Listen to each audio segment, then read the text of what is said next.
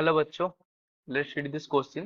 When two displacement represented by y equal to a cos sin omega t and y2 equal to b cos omega t are superimposed, then the motion is. तो question में दे दिया गया है कि जो equation y1 y2, तो इसको हम देखकर पता कर सकते हैं कि ये सिंपल हार्मोनिक मोशन है, क्योंकि एक साइन में फंक्शन है, दूसरा कॉस का फंक्शन। तो अगर ये सुपर इम्पोस्ट हो गया तो उसके बाद मोशन जो होगा वो उसके बारे में पूछा है। तो उसके लिए जो की कंसेप्ट है वो देख लेते हैं।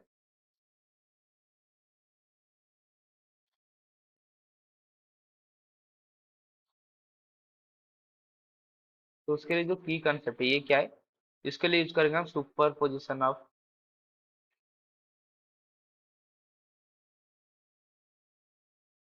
SSM। तो जब सिंपल हार्मोनिक मोशन का सुपर पोजिशन होता है, तो मान लीजिए दो सिंपल हार्मोनिक मोशन का सुपर पोजिशन हुआ, तो जो जनरेट होगा वो भी एक सिंपल हार्मोनिक मोशन ही होगा, उसको भी एक सिंपल हार्मोनिक मोशन ही होगा। और उसका अगर हम, हाँ, एम्पलीट्यूड, रिजल्टेंट एम्पलीट्यूड फाइंड करेंगे।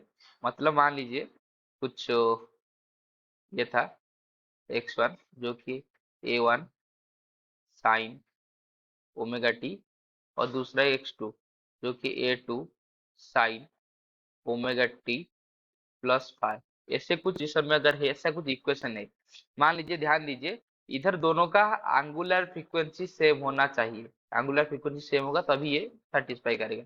तो ये दोनों सुपर इम्पोज होकर जो एक्स सी निकालेंगे, जो कि x1 प्लस x2 जो x3 है, उसका जो एम्पलीट्यूड है मान लीजिए ए है। तो ये ए क्या होगा, तो ये जो ए होगा ये दोनों का वेक्टर सम कर सकते हैं कि a1 प्लस a2 का अगर वेक्टर सम कर देंगे तो उसके लिए इसका जो रिजल्टेंट ए है वो निकल जाएगा।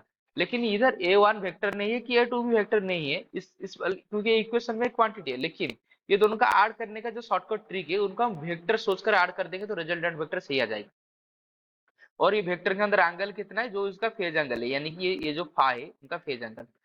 तो इसी वाली कंसेप्ट अभी हम यूज करेंगे। तो अभी इक्वेशन क्या दिया है, y1 equal to a sine omega t. तो अभी दिया है y1 equal to a sine omega t, और y2 कितना दिया है, i2 दिया है a b cos omega t. तो इसको दिया हुआ है b cos omega t. Sorry, इधर ए मैंने कैपिटल में लिख लिया, इधर ये स्मॉल है।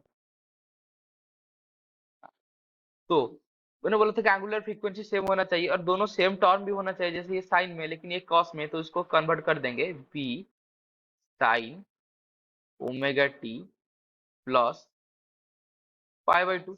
हो गया ये sine pi by two plus theta cos theta, ये आ गया। तो ये दोनों का भी हम ऐड कर सकते हैं। तो इधर इसका जो वेक्टर a1 हमारा है कितना है a, और इधर जो हमारा वेक्टर है b, और ये दोनों का एंगल कितना है पाई बाई टू। तो इसका अगर फेजर डायग्राम दिखाएंगे तो ये कुछ ऐसा होगा, ये होगा ए, ये होगा बी, और एंगल होगा उनके अंदर पाई बाई टू।